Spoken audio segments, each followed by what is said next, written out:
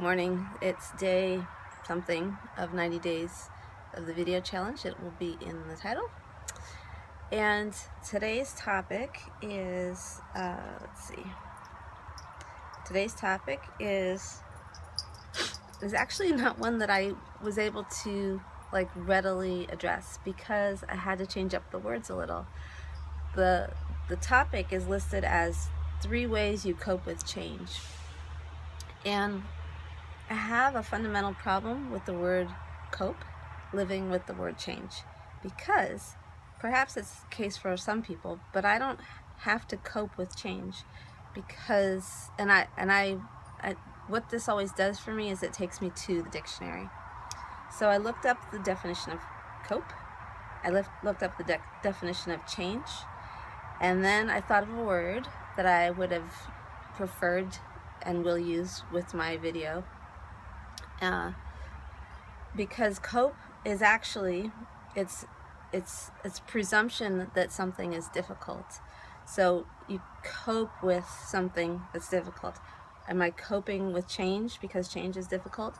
Change is not always difficult, and nor does it have to ever be difficult, actually, because it is difficult for some people. I'm not discounting that. What I'm saying is, for me, it doesn't have change. Doesn't ever come with cope. There's no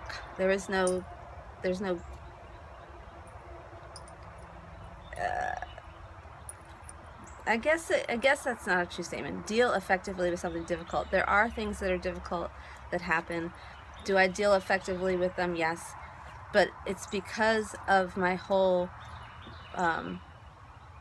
outlook on life. I think it's not so much about things that I do when they come up, when things that are difficult come up. I just deal. So the idea that change is always difficult was part of my challenge. But I think a better word might, for me, if I was going to present this topic to people, would be move. How do you move with change? Because change happens no matter how we respond to it. Change is happening. I'm dealing with dogs again. It's ridiculous. It's a little bit ridiculous. No matter how we choose to move with change, it's going to happen. It doesn't have to be difficult. It just is change. Change is change. So there's a couple things that I thought about that. There's one thing in particular. There's 2 things. One is part of my human design that I'm aware of now, although it's an unconscious trait. It's an unconscious gate that's defined in me. It's 39.5, which is called single-mindedness. It's the value, it's the rare ability not to overcome but to bypass obstacles. So this is already built into me, and if it's not normal for everybody, then this is possibly why, because it's not in everybody's design to be able to skip obstacles. I literally don't have obstacles.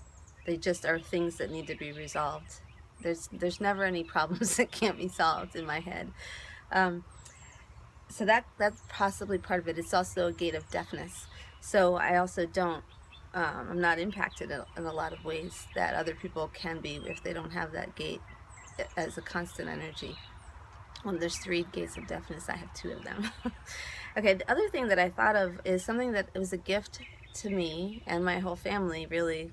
We were 5 cousins, me, my brother, and 3 first cousins, that was given to us by our great uncle by way of my aunt and my mother to a degree, but mostly my aunt.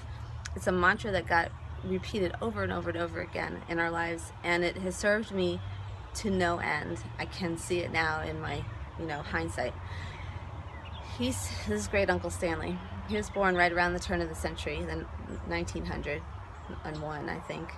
And the saying is, adventure is inconvenience rightly considered. Adventure is inconvenience rightly considered. That's what I grew up with. Change happens. There's 3 words I came up with that are how I deal with change: resolutely, fearlessly, and ideally with grace. Have a great day.